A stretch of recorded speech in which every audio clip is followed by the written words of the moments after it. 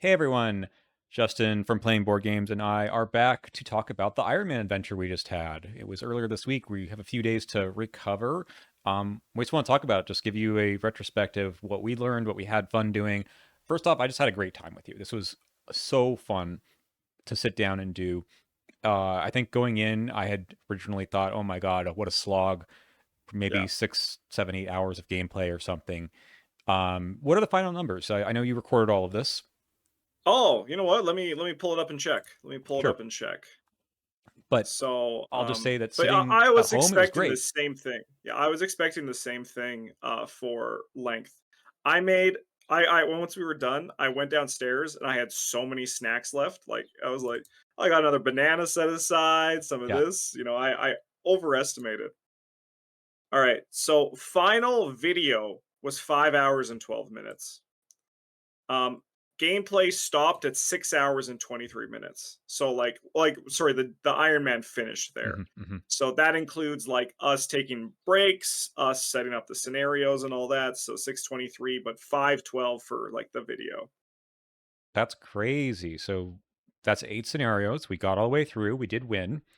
Obviously, lots of spoilers here. If you haven't watched the Iron Man, it should be up on Justin's channel, those 5 hours and 12 minutes, you said? Yep. That's easy. You can just put that on during a day and watch it all. Yeah, yeah. It's for while you're working, just have us in the background. Mhm. Um, I was surprised at how quickly it went, and it felt Mhm. like only in 2 scenarios that felt like my brain was turning to mush a bit, but I think Dunwich in particular is ideal for this because the scenarios can be very short, Yep. and we'll talk about the decks in a second, but we did a good job, I think, of bringing some uncomplicated investigators as well as decks that just power through and get it done quickly. Mhm, mhm. So, I also say, but I also had a great time. It was very fun. I knew it was going to be good. I was excited and looking forward to it. But like when we finished, I was just like hanging out. I was just like, man, that was just a good day. Like that was just like I had lots of fun. Chat was great. It was fun playing with you. We had some good highs mhm, and some good like tension points throughout it. And it kind of felt like a journey, because yeah. like when you play Arkham and you because this was my first ever Iron Man for context. When you play Arkham and like you record and you play like two scenarios of the Dunwich, and the next week you play two scenarios of the Dunwich, you obviously have done those things in the past, but when you do it on the same day, and we're in scenario 8, and it's like, did you save the students? And I was like, brother, we saved the students 4 hours ago, right? Like I remember that. It Yeah. felt very like different. It felt very like connected and kind of even like not to get all hoity-toity, but kind of like alive. It's hard to describe, but it was a very cool feeling. I think it's true for a lot of groups who only play once a week or once every month. You a little bit forget about the campaign, like what happened earlier, or even your deck. You're like, what am I doing in this deck?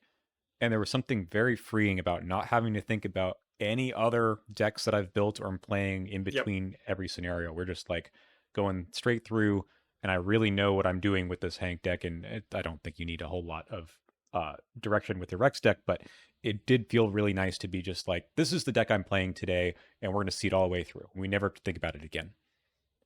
Yep. Yeah, This is I think that's a great. I never even thought about that, but it's true. You have nothing else going on, but you just get to like focus on one thing and get that thing done. because I've definitely played, campaigns where I came back to a deck after 3 weeks and I was like, why did I make these upgrades? What happened in Yeah, that previous scenario? yeah. And I have it's on some of my videos. I have to be like, "What was this deck?" I have to like go to Arkham Build or Arkham DB and be like, "What? What was this?" Oh, okay, I get this. I think, yeah, or even when we're doing two concurrent campaigns and I'm never going to forget this, but you playing Kaimani and Alessandra at the same time who have very yeah, similar elder signs but not, and you're like, no, it's the bad elder side. yeah. It's the bad. Yeah, no, yeah, 100%. So that was great. This is my favorite Iron Man I've ever done. Partly because some of the parts that are hard of an Iron Man, being in a loud, noisy room with a lot of other Yeah, people, doing it for closer to 10 hours, 4 player, um, all those stress points. I think longer campaigns weren't here. I was at home. I could get up and go to the bathroom. I got some snacks. It was yeah. much less stressful than anything I've done before. So I'm glad we got to do it. And if you're going to ask, are you ever going to do this again? Probably at some point. I don't know when, but I think Dunwich is still like the easiest version of this. Yes. Yeah, it's one of those things that I think when we talked before and we were like, maybe, like, probably not, like, this might be a one-off, because I mean, both of you didn't have we both have, like, expectations of what this Mhm. was gonna be. But then afterwards, I think we were both like, "Yeah, I could do this again." But we don't know when. It would be Carcosa. It's not gonna be during Carcosa week. This was just like a perfect stars aligning, summoning Cthulhu syzygy moment. Yep. Um, and after Carcosa, we might have a different answer afterwards, right? Like a long, like Carcosa probably will take us like an hour or two longer than Dunwich, which can completely change things as well in context. But Mhm. yeah, All right. So what I want to do for the rest of our video here is do a little bit of discussion about the decks. Not much because yeah, they're just Hank and Rex. But mhm, I think you had a few interesting things going on in the Rex deck that you might want to highlight. I want to talk a bit about being the fighter in this yeah. arrangement. We are, of course, going to talk about spoilers for the campaign throughout. Something we don't usually do for these, but I think it's just necessary for this kind of video. Yeah. So let's start with you. Here is your final deck. Again, the earlier version of the deck is over in the video I released last Sunday. So yeah, what would you like to talk about here? So I think I actually just want to talk about my 5 splash cards. Because I think overall this deck was just a Rex deck. You know, it was a higher education, Dr. Milan, Hmm. magnifying glass, just get clues, get stuff done. But I actually think my 5 splash cards, for the most part, were very good, except for one of them, which I only played once in the whole campaign. Yeah, That was Lucky Cigarette Case. Unfortunately, like when that card was in play, it was very good, right? Like for that one scenario, I drew so many extra cards to cycle through my deck quicker, but I only actually saw it once and had time to play it, right? that's Um, crazy. yeah. It happens though, However, right? That's it Arkham does, for you. especially with one ups. Like there's usually like one that you're just like you see less than everything else. Um, However, on the flip side, the other 4 splash cards were incredibly impactful. Down the rabbit hole for obvious reasons. Thank you, Daniel, for convincing me to put it in my deck by saying, "Are you playing down the rabbit hole?" You did a great job with that. I had to twist your Um, arm there, apparently. yeah, it's just all you had to do. Are you playing down the rabbit hole? And I was like, good idea. Uh, It allowed me to one not have to think too much about my upgrades, but also get my deck done so much quicker. I Mhm. think it was like scenario 4 or 5 where I was like, I'm done. And now like you were like, don't say that. And I'm like, yeah, well, I am. Like it's just like that. It's just too powerful, man. The card's crazy. For context, you Um, have 44 XP in this deck at the end, and I had, I think, 29. So, wow, that's crazy. I spent extra on one card, which is the charisma, the one of charisma in my deck, mhm. and I did that going into the last scenario. Um, Where's the party was very important to our whole run. It Mm, got us like I think probably 3 XP. All things considered. yeah, Um, we actually also in the second scenario waited to finish the scenario to dig out a where's the party, um, which is kind of crazy to do in an Ironman environment. But yeah, it's it true. was worth it. It was Yep. worth it. It was worth it for us to do. I mean, we knew we could do Quantum it. Flux. Mhm. Oh yeah, yeah. We knew we could, right? And I mean, we were only like I think like 40 or 50 minutes into the day, and we were like, all right, we're killing it. Yeah, I will say that Um, XP wise, we over the course of the whole campaign, and I think thanks to Where's the Party quite a bit, we got every victory point available minus the experiment, which we just yep, decided we weren't going to do, and then the extra broods of Yog-Sothoth. So that's pretty good. We got everything else that was available, and so much is found in the encounter deck in 2 player that's hard to get. But this card just yep, says, here, have a 3 health enemy that you can kill and get victory yep, out of it. yep. Quantum Flux did its job of protecting me from Beyond the Veil. We're going to talk about that more later. I don't want to spoil that part of the conversation right now. Hmm. But every time that I had a Beyond the Veil or had the scenario with the Beyond the Veil, I actually kept Quantum Flux in my mulligan or like held it in my hand until I needed it. I saw a comment in either I think it was on your video for our decks, where someone said, "I'm curious to see how the Quantum Flux plays."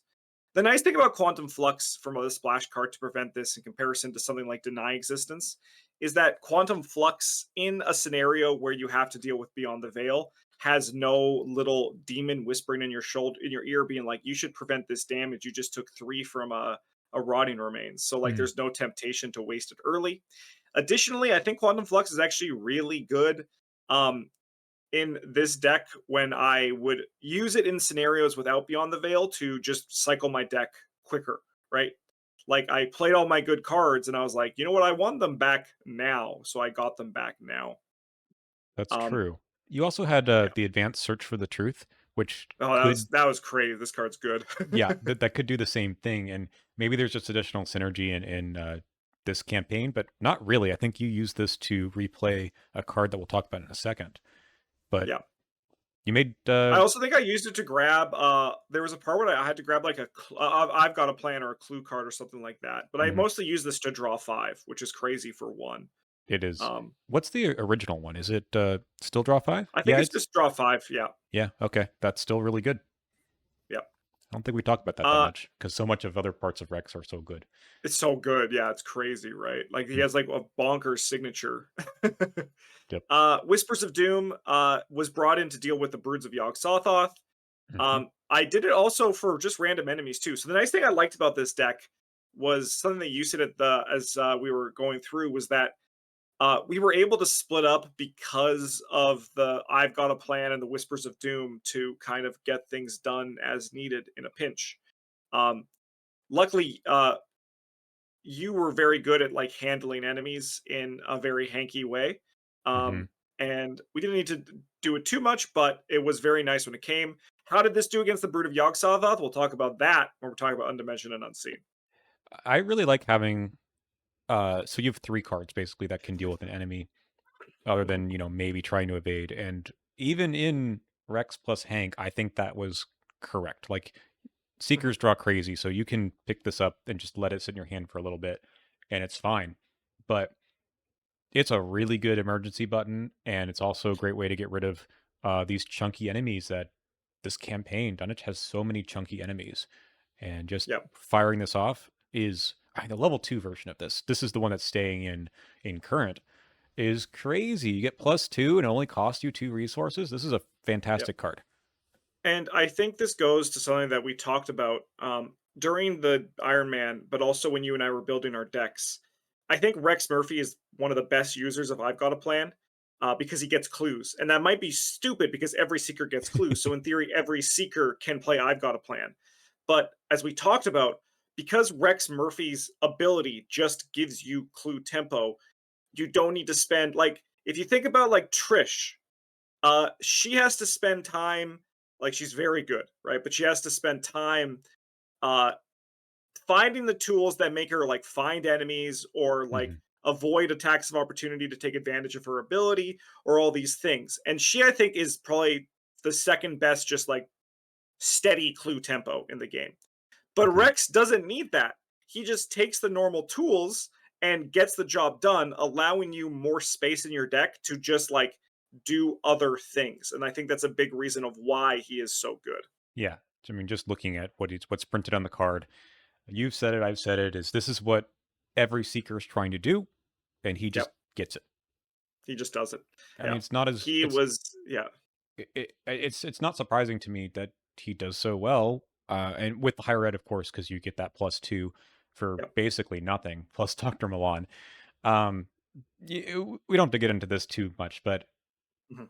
eh, people who have soured a bit on Rex or his ability, there's only like one person I've heard talk about this really.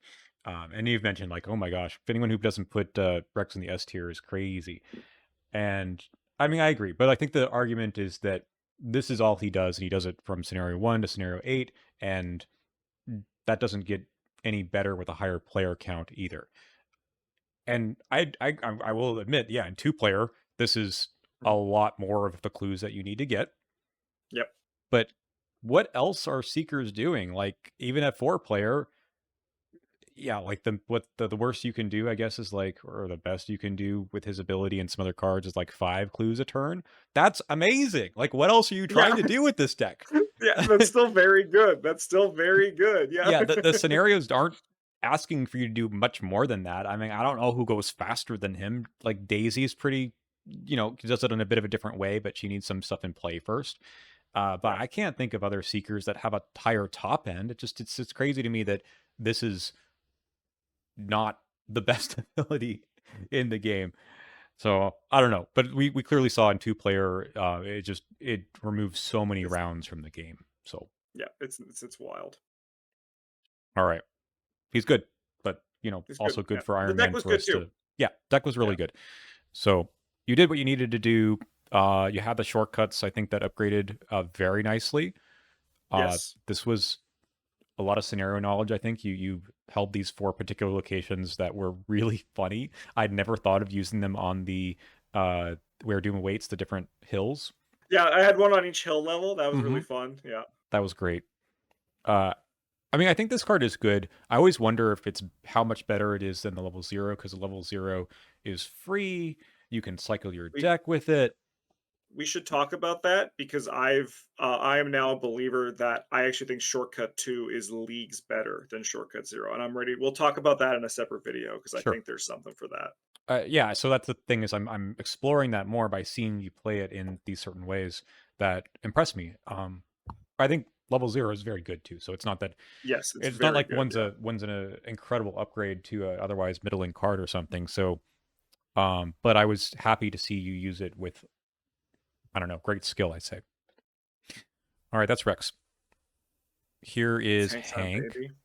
and Hank, I thought, as a investigator who doesn't have an ability on his card that does anything other than soak, means that you have to do a lot with the deck in terms of putting cards in that do something.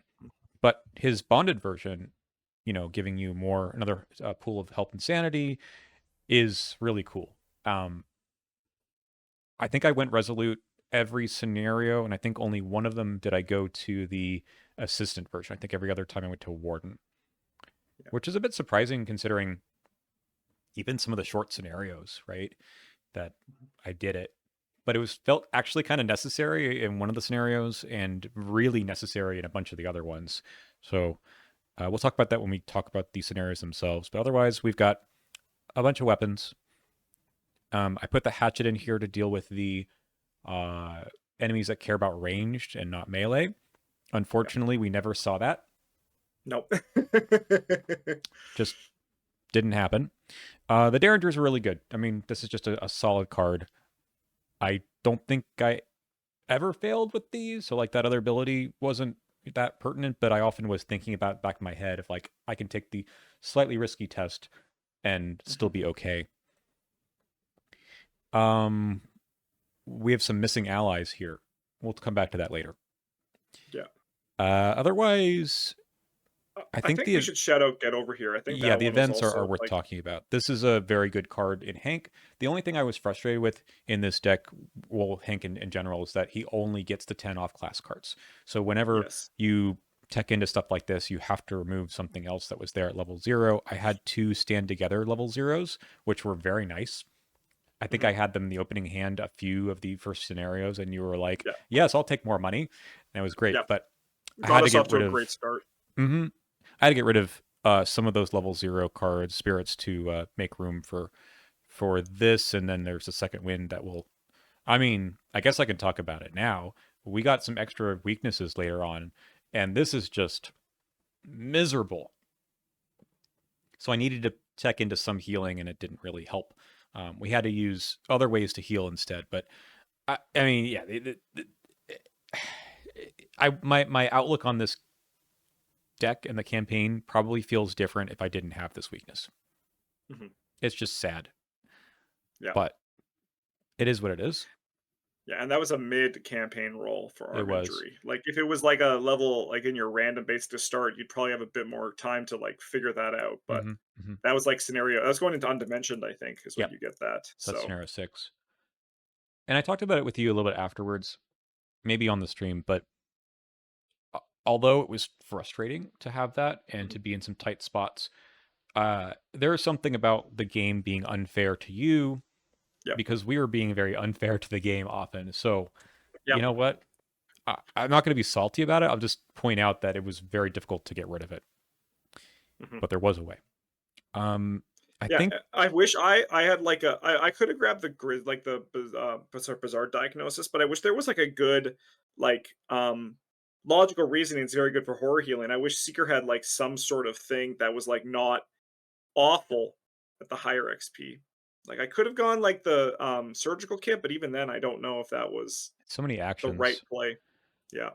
There's the medical text level 2, and you don't really want to do that. That's not necessary for No. one No, I have weakness. to hold two magnifying glasses Yeah, to that's true. go super zoom. I guess we didn't talk about it, but I just want to give a shout out to this upgraded logical reasoning, which did a lot. Cards wild. Well, yeah, we'll talk about that for Undimensioned when we get there as well. Um, did you want to tell people about the Hankometer? Yeah, yeah, the Yeah, hangometer or I have hangometer. the result here. If we want to tell them the final result. Yeah, so this was something I think Pax in the chat was kind of joking about, and then I just put it on the table to keep track of how much damage and or horror that I was soaking as Hank from Rex. And after 8 scenarios, It was 16 damage and 7 horror. wow. Yeah, Now, the 16 damage is a bit high, but we did in one of the scenarios tank a Beyond the Veil just for fun. You could have gotten rid yeah, of it with the quantum flux, but I was like, we should just do this. It would be fun. yeah, and it was great. Yeah, It really was. So that's 10 right there. But the 7 horror is actually quite a bit too. yeah. I mean, yeah. If you take away the 10, it was 6 and 7, which I think is a good number. Because I mean, like, yeah, that's like Hank's ability, half of it. Mhm. But what that allowed me to do is have a little bit more security and be able to play my classic risky Justin style of play, Yeah. um, where you basically also just like tanked so much damage for me, and like the horror was just kind of like you used it a lot. I think actually in a way that I think is the intended way to use it, which is to get yourself 4-4 before you die. Right? hmm hmm Yeah, Yeah, that's what I was trying to do. And it was interesting to manage his health and sanity with the meat cleaver, which that was great. uh I really liked that gameplay loop that you had when in the scenario where that came out first. it's funny because I think it only happened maybe in 1 or 2 scenarios, and otherwise I just didn't see the weapon. So I was like, well, that you don't Yeah, I get think to it was see Blood on that. the Altar. I think it was Blood on hmm the Altar where it Yeah, came that out. was a Yeah, great scenario for Hank. yeah, Anything else? I mean, it's just a bunch of good stuff. Honestly, the extra damage really only came from the long shot, and I threw it into the toe to toe a few times, which was fun. with toe to toe, you gave me a learning moment, even though I already know it works this way. With toe to toe and cursed luck, Oh yeah, when you just like you're like, this is a warder protection, basically. I was exactly. like, wow, that's crazy. Even though I know it works that way, It's a but you don't. great, Sometimes you don't realize it until you actually like see it happen. yeah, exactly. I think I threw a quick thinking into that too once, You did, yeah, which is cool. Great card, very good for Hank, I think. But if I could do anything different, maybe with a higher player count, you can see that I didn't get into anything that dealt 3 damage at once. And that's a bit yeah, tougher to come by in Survivor. You need a two-handed weapon for that. I mean, I think that's true for most classes. But I didn't have that, and I felt it a bit at the end. Um, I didn't get any. I didn't have a chance to put in strong armed. I kind of wanted to, yeah. but if you look at the deck, like what would I take out? You know, Man, that's the toughest part about all this, I right? have 35 cards, and I still couldn't figure out what to take out because again, 10 cards can only be 10 cards that are off class. So Yeah, unlike Silas, unlike Calvin, like what are you removing? Like the quick thinking feels necessary because there's no other way to get extra actions here. The yeah, guts were defensive, but I felt like that was the right call when we were going into Undimension Unseen. It didn't yeah. really work out that way, but that's kind of what they were there for. Hey, And it Russ. did help you in Lost in Time and Space because It that is did. some big brain tests. hmm It definitely did. Um, and then like I needed these other blue cards, so like what do you do to improve that? I don't know, but I would say don't get arm injury so you don't have to put in second wind. yeah, there it is. Yeah. that would have helped a little bit. But you know what? That you got to roll with the campaign a bit. You Yep, can't just do theory crafting and say this is how it's going to work every time. 100%. I also will point out that even though Rex got 99% of the clues, I did use look what I founds pretty regularly. So, It helped us get to a really good start in Essex, mhm, mhm. so it let us, like, get, like, ahead right away. I think it was always relevant. Card's just really good. Look What I Found is a very good card, I mean, again, you especially in look two-player, like, especially in two-player. especially in two player, and Hank's stat line, that one intellect doesn't feel so bad when you're not trying to pass tests with it anyway. That means the other stats are higher, right? It's the dump stat. Yep, It yep. could be a 0 and would have been the same thing. So that's nice. Okay. That's kind of the decks. Oh, okay. I guess I'll say I was very stressed, and this is going to roll into what we talk about with the campaigns. I don't know what it is with me just recently. Maybe I don't know how to build fighters, but being the fighter is very stressful in this game because if things go wrong, it's a roadblock. And I felt not useless, but when I didn't have weapons out, I was like, "Oh my god, what are we going to do?" Yeah, And I don't know. I don't know if there's something else I could have done here, but it just felt very stressful at the very beginning of this campaign and at the yeah, very end. It worked out, yeah. but But I you said understand. at one Yeah, point in the campaign towards the end that you thought we were playing two different games at the same time. Like you were playing Rex, you were like, I get all the clues, sort of dance around part of the map, and you looked over at my threat area, which had like, four enemies in it with three weaknesses at once. yeah. And I was like, "Ugh, I don't know what it is, but the Seekers just don't ever have that problem." Uh, I think a big thing is Hank. I think Hank really hurt this one. Like if like for example, I said at the end of the stream, if we do Carcosa Iron Man, I'm gonna be the fighter and I'm playing Zoe, right? Hmm, hmm. Because that's like she's the inverse of Rex to me. She just gets the job done, right? Um, and I think Hank wasn't a bad choice. It was like we won and we crushed it and all that. But Hank has that weakness number one of like survivor weapons, right? Yeah. Um, and weakness number two of having the 35 deck size. So we saw this like if you think about it, the six scenarios where you had a good mulligan, you crushed it, right? But the two scenarios where you didn't, uh, because of the 35 deck size, we had a little bit of a struggle to get going, right? And it's one of those things where like I mean, you have what, 6 weapons? Like, that's pretty alright, because if I think about it, like, what would be your 7th or 8th weapon if you wanted more? Hmm. Maybe another hatchet, maybe another fire axe, but at the same time, ask the question that you just asked, what do you take out, right? Yeah. Because you have Get Over Here as a pseudo sort of weapon for whippoorwills. Hmm, You have Stout Hearted as a way to kill enemies. hmm. You have Toe to Toe as a way to kill enemies. But with 35 deck size, your opening mulligan is just slightly less consistent with weapons that are also by design slightly less consistent. Yeah. Yeah, it's true. And without the XP, I mean, I know there's 29, that's a good amount, but without the XP to really um have a good foundation plus a lot going on the weapon side, it's hard. Like I would upgrade the fire axe, right? That would have solved a lot of problems just being able to Yeah, we even play that art thing fast, right? yeah, we talked about that even during Lost in Time and Space, how like it can really change things with that upgrade. Because I always like I don't need this upgrade, and then I'm like with an enemy, and I'm like, oh, I wish this was fast, you know. Yep. But Dunwich, it's harder to do that. Like you said, like you can't prioritize that early because it doesn't actually do anything until you need it to do something.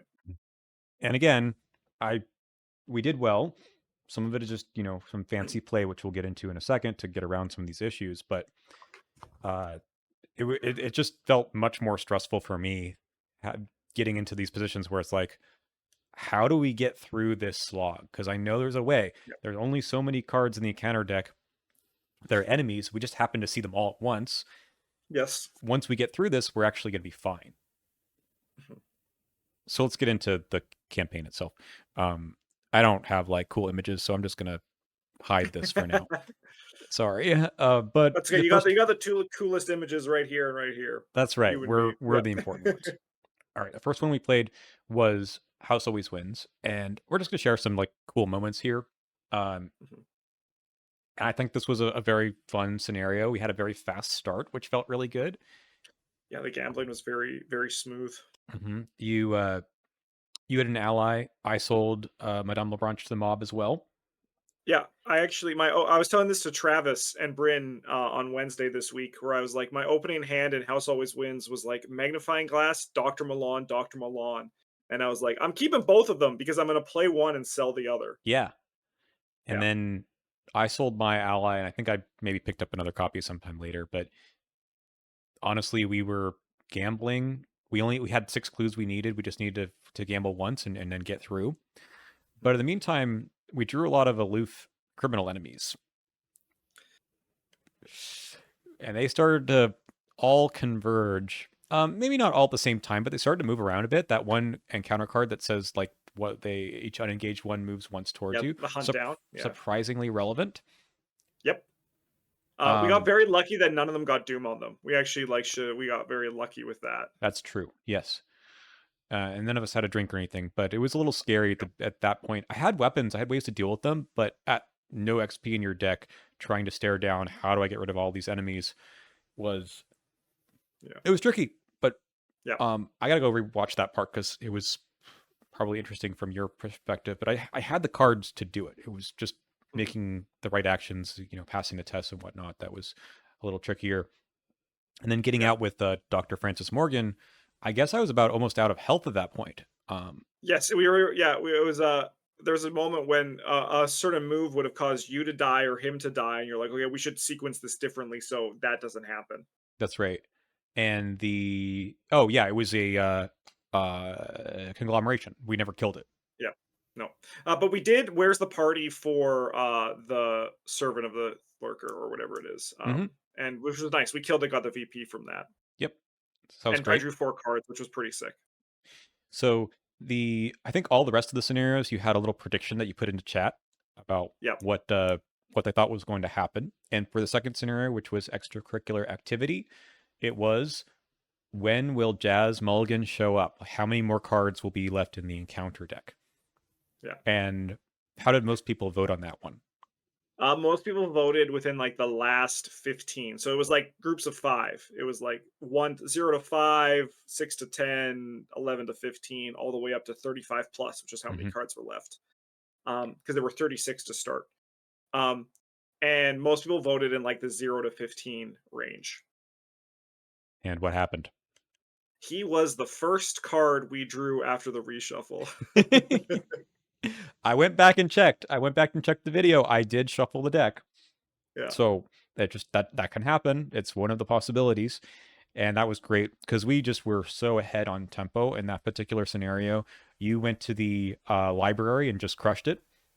Yeah, so that's what I was telling you in advance that like um with Dunwich and extracurricular activity in specific, anytime I've had a struggle with that scenario, it's because people have failed that location to try to get the clues because it costs an additional action. And my deck had no way to get free clues, right? Like there's a lot of ways to game the clues off of it. Hmm. But my thought process was I need to solve this. And I believe my opening hand was 2 magnifying glasses and a Dr. Milan, My God. and I just went in and got it in one action. And I was like, Daniel, we're winning this scenario. We've done the hard part. And that's part of Rex and two players. You only need to do the one investigate. So Yeah. that's great. Yeah. I like to like the way I solve that in other investigators is you bring an event that just gets two Yes. Yep. clues, but Yep. you don't have to. You have it on your card. Otherwise, it went really, really smooth. We just sat around, like you said earlier, and dug out the victory point enemies. Yep. Because there are 3 of them in that scenario. Hmm. Yep. That's that for that one. Third scenario was Miskatonic Museum. Not much to say We broke here in. either. We We broke broke in, in. Ah, which yeah, I rarely do, and I actually prefer it. It seems like an easier route. The museum curator is a much stronger ally than stupid security officer. that's right. It gives you +2 while investigating, and that's like conveniently what you need to succeed by to get the extra clue. Yeah. The prediction for that one is how many times we're going to kill the hunting horror, and I believe we killed it 2 times. Just 2 times. Yeah. Once when he got Doom, and then once at the end. There was a great moment I loved where I we had the peril where you have to choose a card type. Hmm. and I chose like asset, and you Asset. discarded like your whole hand, and then you lost all three of your actions Yeah. in the same mythos phase. And then I finished my turn and I got like 5 clues, and I was like, all right, well, Hank, what do you got going on? That was a funny moment. But the reality of that scenario is that that's okay. Like my Yes, yeah. intention for this scenario was never to defeat the hunting horror more than twice, maybe three times, because he just gets harder later. Like, what's the point? All I'm gonna do here is sit and tank the damage. I Yep. don't think he actually ever readied after I evaded him, which was kind of No, nice. no, he never did. Yeah. Partly also kind of a on our in our preparation for this campaign, adding in the other tokens is really bad, It's especially very at the end of bad. the campaign. They're so bad. So there's like no reason to um, try to do any of that nonsense. To Yep. take the Necronomicon, to fail with the save the students, whatever, right? Like to cheat, because those just really change things. And Mhm. yeah, there weren't that many symbol tokens to pull after evading the guy. But my intention always was to use Sparrow Mask, Track Shoes to just evade the guy over and over, or just tank the damage and horror if it came up. Worked Yep. out. Yeah, and it worked out well. That was a very stress-free Miskatonic museum. We also full cleared it. Mm-hmm. Full Classic. cleared it with plenty Classic of time to Rex. go. Yeah. I think we Yep. almost did it before the last agenda flip too. I Second to think we last did, agenda yeah. flip. Yeah. All right, that brings us to Essex County Express, the train ride, which was surprisingly stress free. Yep. I think a big thing, as I said earlier, so our first location we got was the 3 investigator clue, which is a very tough location for your first one. But I actually think your look what I found, as I mentioned there, was the key point of us being like, "Oh, we got this." Mm-hmm. That gave us like a really good running start against the train car suck up. Yeah. And the parlor car, I think the one where you can get VP was there. I think Yeah, I bought one of the clues and you got the other and I bought one. yeah, We moved pretty quick. There were a couple of rounds when we were able to move like two locations in the one round, so that was good. I think I tanked some damage or horror for you. I yeah, think you healed some stuff from your logical reasoning at that point as well. Like we didn't yeah. My worry too much logical about. reasons were starting to pop off. Yeah, Yeah, we didn't have to worry too much about the whole when you enter do something bad. This team was no, good for that. yeah, And that's the other thing I can point out. Like, is every scenario in Arkham Horror is different, right? And investigators are going to have their strengths and weaknesses. hmm Some of them have not so many weaknesses. Period, like Rex. But I think Hank was very good in some of these scenarios where you might otherwise feel the crunch of testless damage or horror. yes, yep, Okay, we're just cruising through here. Number 5 is Blood on the Altar. Um, you said that originally the map on this one was a bit tough, right? That yeah. We the had, I think we had the tough version of the map. so that we didn't have the location that would connect the two leftmost locations. Yeah, So we had to move around a bit. And strikingly, we split up, which we might did. not have been the best Split up for idea. like a majority of that scenario, which is crazy. Yeah. There's a little bit of like I thought I had to get over here in my hand most of the time. Yeah, So I thought that if you drew something, I could probably deal with it. It didn't work out one turn. I think you were like just too many locations away, or you had to evade a mobster or something. But in general, it probably sped up the scenario because I was opening up some locations and defeating some enemies on the other side of the board to clear off clues. So yeah. worked out And I okay. think we actually have, I think, quite a few things to talk about in this one. Do I didn't talk about our good friend Madame Lebranche. Yeah. Yeah. So one of the best parts of the scenario is the kidnapping mechanic. I love it. It's really interesting.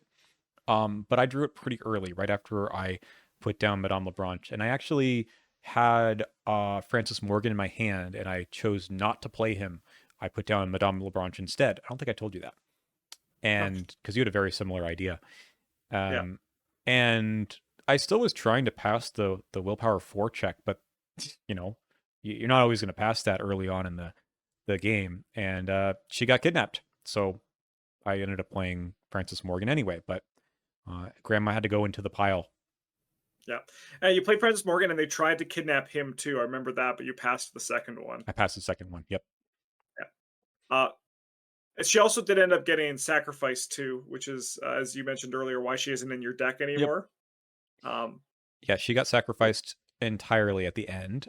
We had two sacrifices because we did that was just the one agenda flip and the failure on Kidnap. kidnapped, Yeah. which was interesting. So that actually saved the story allies to put into our decks because she Which was is more actually capable. kind of I can't recall a time when I've had Armitage. I haven't had the original Dunwich squad. Armitage, Yeah, Rice, and Morgan actually survive the campaign. well they did, Yeah. and they did pretty Yeah. well. Do you want to talk about your?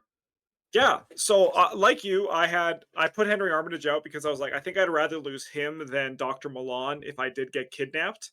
And it turns out I was sleeping on this guy because I haven't played Doctor Armitage in like a draw heavy deck in a very long time. But like for example, when you're just drawing a bunch of cards and you're like hovering at like 7 to 9 cards in your hand every upkeep Mm, phase, you can be like, I was going to discard this to hand size anyway, or I drew this crack the case. Why don't I just like make it a emergency cash right now, yeah. right? Um, and it was very very good. And I apologize, Armitage, for saying you were outpaced in the game because actually I think you're a very strong ally and I was wrong. Sometimes you got to try something different just to see what happens. I Yep. really liked Francis Morgan when he showed up. Drawing me Yep. through that 35 card deck was important, giving me the extra plus combat, and maybe not as important. There were some times where I was just still testing at like 8, but he's nice. And I forgot, I think at some point that he actually only cost 3. For some reason in my mind, he cost 4 because most Hmm. allies cost 4 at level 0 that give you plus Yep. 1, to your stats. And I was like, I can play this guy right now. That's great. Yeah. But yeah, we definitely used, and Earl didn't die either. I took Earl into my No. deck. Yeah, he was the so the first one was, I think, how many, I actually forget what the thing. Oh no, the first prediction was how many where was the burial chamber? Hmm. There's the secret chamber. And then the second one was would Earl Sawyer die? And he did not die. And he Nope. actually was relevant. He was relevant too. I I think played him. every story asset we earned was relevant in this campaign in some way. Yeah, and I think that's what's interesting in this case is like getting rid of Madame Lebranche freed up a deck slot for something else, where Hmm. having the two allies that were given to me didn't take up a deck slot. So Yep. yes, I had like 41 cards or something in the deck eventually with the extra weakness and other stuff, but it's still. I mean, they provide a good amount of soak. I think they're worth it. Yeah. I get it. I know not every story asset is worth putting in your deck, but I think these guys are chunky enough to make the cut. Yeah. What else happened in this one that you want to talk about? Uh, I cleared off the burial chamber so quick. Hmm, There were that's what like happened. 13 clues. Yeah, and I got like 8 in my first turn. So you were about to say, I'm going to leave this location after getting clues. I was like, nah, you could stay there. And I Yeah. went in with a stunning blow, and we were able to clear it off in 2 rounds and never have to worry about the whole dance of move in, Yes. get a clue, move out, which usually you need to do something about with that because he's got a 7 of 8 or something awful. But yeah, you just Yeah. throw a stunning blow into it, and you're fine. Yeah. That Yeah. was No, great. it was very smooth finish for that one. Hmm. Yeah, so that brings us to Undimensioned and Unseen, the Broods of Yog Sothoth scenario. The prediction was about how many we would kill. And this one was very, very tough for me. And I think you did pretty well, although you got chunked for horror like I got bodied. I've never Yeah. seen that. Like you got 9 sanity. I know you have in the thick of it, but that's still a lot of blue you can take. And Yeah. you took a lot. Yeah, I did a full heal with like a logical reasoning. I was at like 7 at one point with my vow of Dritzdalek in play, Hmm. and then I cleared it and I took like one more and I was like, okay, I'm gonna logical reasoning down to 2. Yeah, And then I started taking it again. I actually think I had to resign because of horror too, right? Like I did like almost a wipe and then a heal and then like almost a wipe. I tanked so you didn't die, and then Yeah, you were able that's to the next crazy. round. Yeah, because we had the Whispers of Doom. That was like our plan. Whenever they got big, and we Whispered of Doom one of them. Mm-hmm. I searched for truth it back, and then I auto failed on the second. And if Yep. we didn't auto fail that one, we would have. I think we could have gotten like a full clear. I do sincerely think that Yeah, because but it we were put us looking behind, pretty good. right, Yeah, so much on that one because that was our answer. You're right. So we ended up getting two. Unfortunately, Hank did not really contribute to this scenario, other than Hank tanking some of the damage for you in horror. But I was looking miserably for any kind of weapon. I couldn't find one, and I Mhm. think we drew the avian thralls like pretty early. Very early, yeah. And this was the first scenario that we saw where's par. The very Yep, first scenario. We never saw it the entire rest of the campaign. I'm pretty sure. And it was rough. It was really hard when it attaches to a big enemy. Then you don't have a weapon because it you do one damage and it goes away, and you're like, now yep, what? Um, yeah, I think other than the whippoorwills, everything has like 3 or 4 health in this scenario. So no weapon, bad time. yep, yep. So this was our probably the. I mean, it's a hard scenario. It's just it Mhm. can really punish you for not being ready for it, and it was just Yep, bad time. But I think we persevered. Like a lot of people said, "Oh, you could just resign early. You could resign turn one," and we're like, "We're not doing that. We're playing the game." yeah, So I yeah. think we did a good job of actually playing the game. And I mean, even when things were bad, we were trying to math out if we could get a third. Mm-hmm. Yeah, we were like, "Is this worth the risk?" And we decided, unfortunately, no. But Yeah. only 2 escaped. Only 2 escaped. Like, I think that's like a pretty alright average. If we hit that Whispers of Doom, though, man, I was like, I wasn't salty because I was having a good time playing, but I was just like, "Yeah, that really," because it was,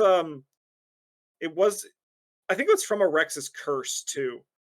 Um, Was this It might have been. because I The think I was up like 12. I was like 12 to 5. And then I think I drew like the your two curse. tokens. Yeah. I know Yeah. there's another one where you committed a deduction to something, and then you got. Yeah, it was the seeking answers and deduction. This is yeah, I mentioned I want to shout this over chat. I put a seeking answers in my deck once I cut the once I upgraded the higher ed and then upgraded the seeking answers, and I only played it once. And I'm a man who likes to go all in, so I committed a deduction to it. I Yeah. passed the test and I was like, let's go. And then chat was like, what about Rex's curse? And I was like, oh yeah. And then I drew an auto fail. And I was like, all right, let's go. Yeah. But maybe it's also because we were doing Iron Man, and these things get. I mean, I don't know if they're not as magnified, but sometimes it feels like when we play a lot of scenarios, and most of the time things are going well. Those small things, if you're already having a good time, you're like, Yeah. that's just the game, right? I think a big thing too is when you're not doing a challenge run, you feel less inclined on winning. We built the decks as we wanted. There was Mm, no weird rule we had to follow. that's true. We could just like play and have fun, and it makes the with so we know our decks are good and we're enjoying our decks. And Hmm. then when the autofail comes, we're like, yeah, that's fair game. You earned that one. Yep, Yeah. absolutely. The Elder Sign autofail count.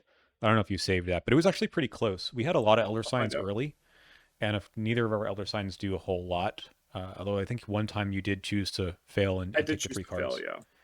yeah. Yeah, every time when I drew it, you're like +1, yay! Yeah.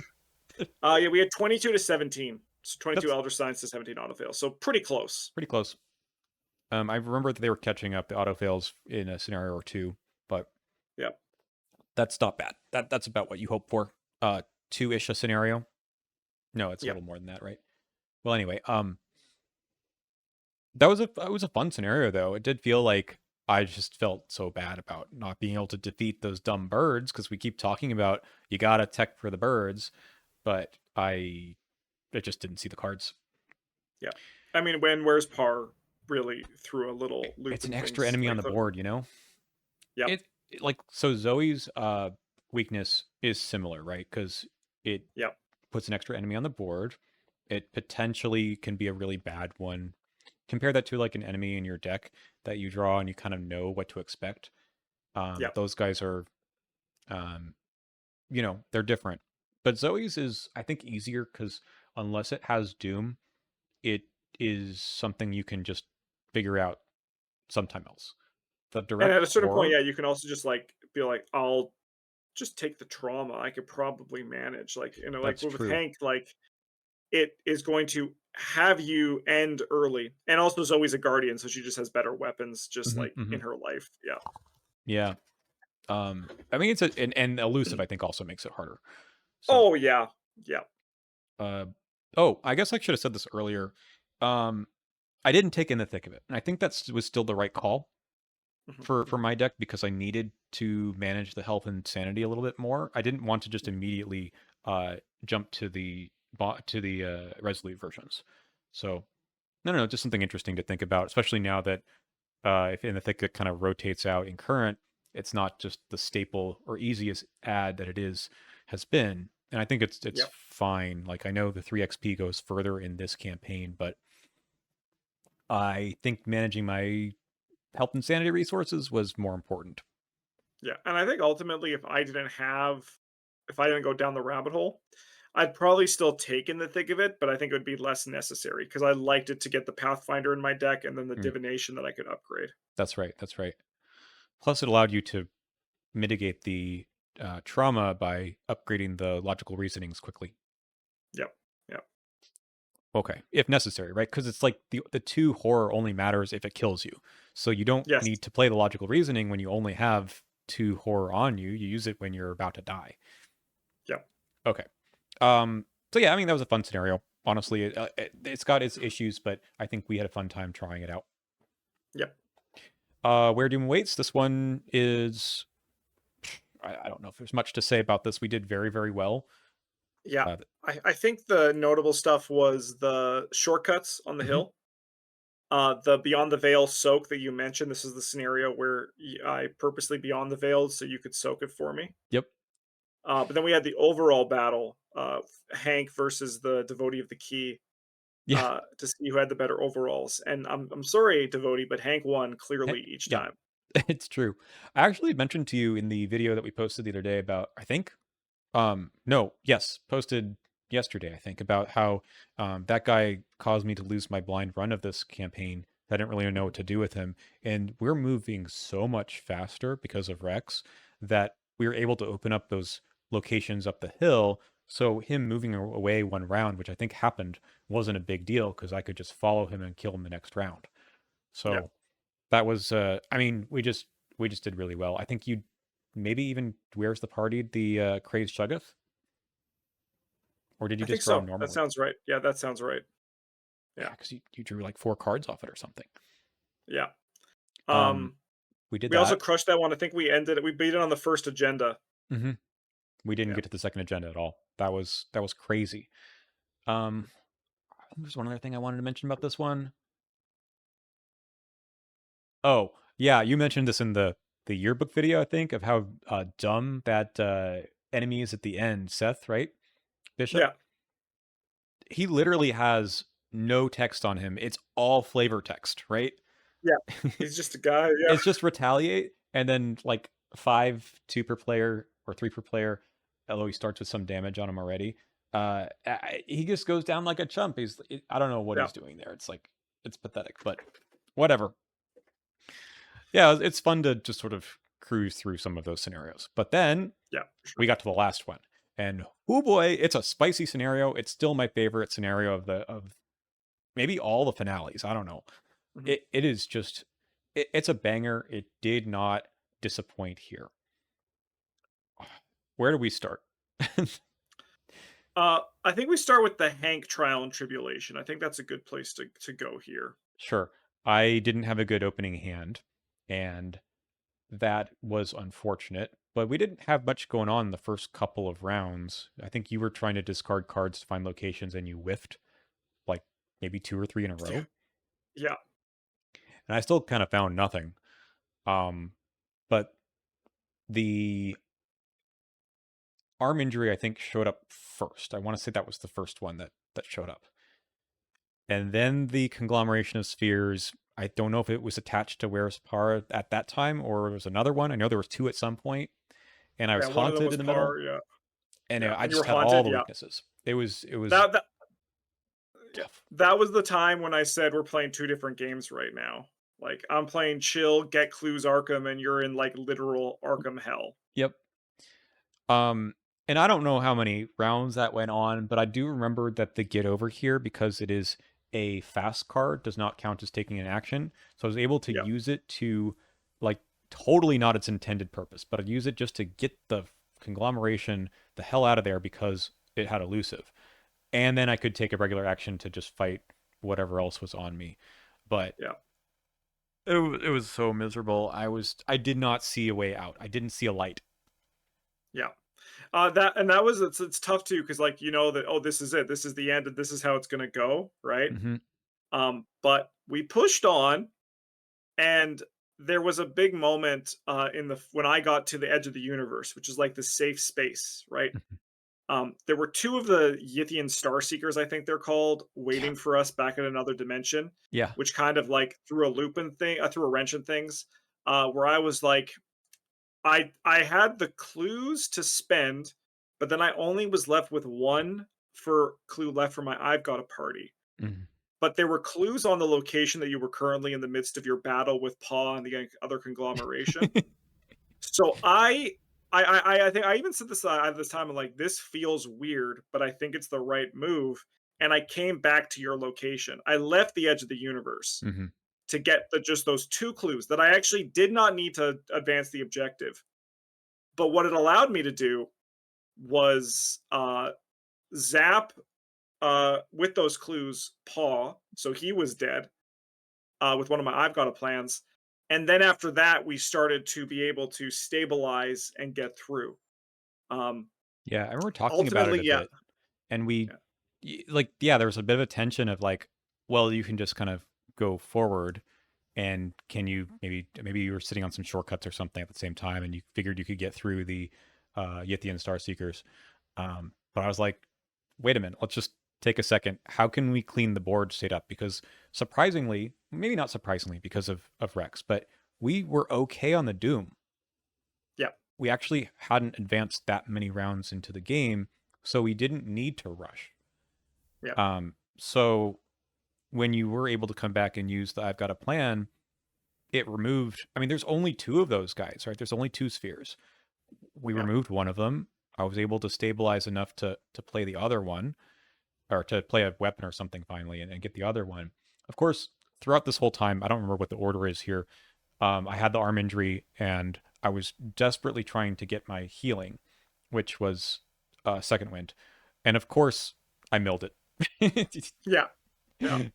Oh, it was so awful. I think it was maybe on one of these ones where I was trying to just like power through or something, and fail on a Visions of Futures Past or something, but it ended up milling because I did the math. I was like, oh yeah, I've haunted or something. I think I failed by two, and I milled one. I remembered the haunted, and then I milled the second one, and that was the Yes, second yeah, win. yeah. You remember the haunts? You're like, oh, I have one more here, Yeah, and I was like, oh no. I remembered the rules. Oh Yeah. no. But luckily, someone in chat had like a rules question that we were able to use to our advantage Hmm. for Hank.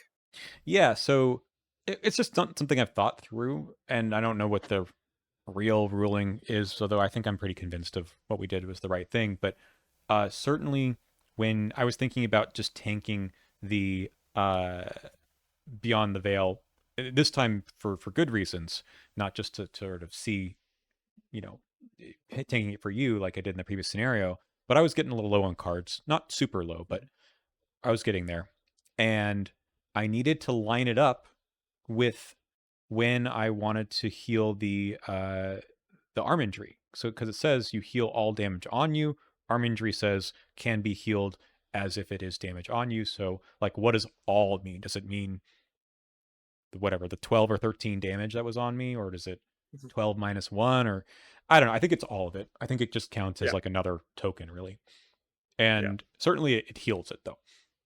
Because he can't be healed. I don't think I mentioned this before, yeah. The but it is the if kind you of get crucial arm part here. injury in your second form, you're fricked. Yeah, Exactly. So I needed to line it up so that I was healing to get rid of the arm injury, basically.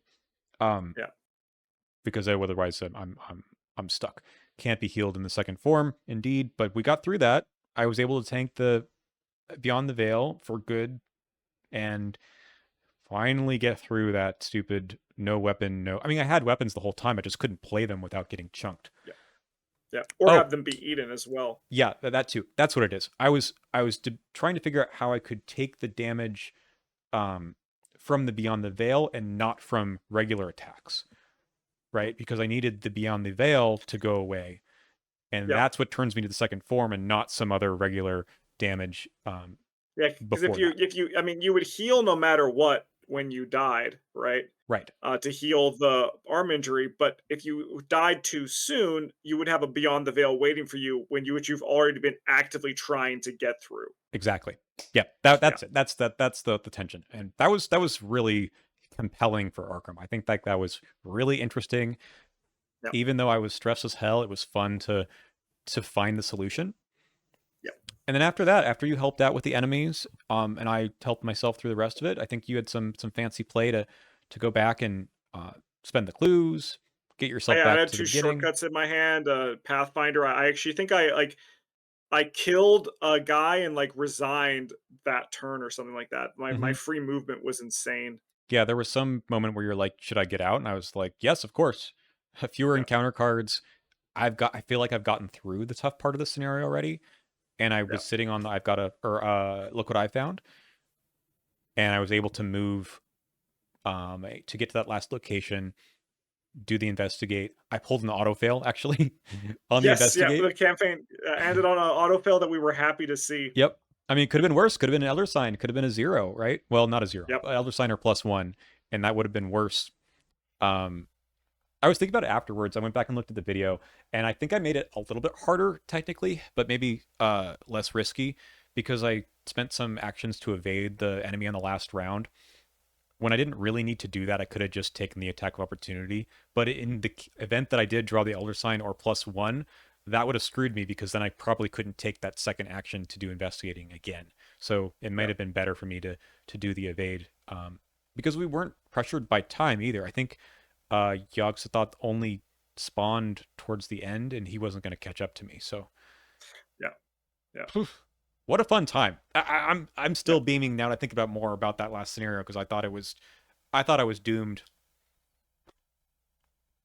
but Honestly, I was worried too, but it's those I think the best advice if you're ever feeling overwhelmed is just slow down. Because I think we even talked about that during like House Always Wins at the start. We actually had like a perfect bookend mhm, for like getting swamped by enemies for this campaign. And in House Always Wins too, we had a bunch of enemies and we're like, okay, let's just take this slow and we can solve this problem. mhm. Yeah. And again, you had some cards to actually help. You weren't just a spectator to all that nonsense. So that was very Mhm. nice. Even one or two events just to do something can change the course of the whole scenario. Yep, 100%. Ooh, okay. Well, and now I feel like I've relived the Iron Man. This was not Yeah, me too. Me too. 5 hours; it was 1 hour. But You know, 1/5 is exciting. Like we yeah. got there, we got all 1/5 the excitement. Yeah, All right. Well, it was fun to reminisce a bit. Thank you, Justin, for hosting all of that and being there with chat. That was fun. You said you got like 100 plus viewers throughout. yeah. Like, Broke a stream record. So yeah, thank you to everyone who came and watched. it was great. Again, we'll it was fun to do an event. We'll do something like this again. But I think this was a special first crack at it. So hope you enjoyed. If you somehow watched through this and didn't watch through the campaign, go to Justin's channel and I'll put a link in the description to the video and you can watch it then. All right. Sweet. All right. We'll see you next time.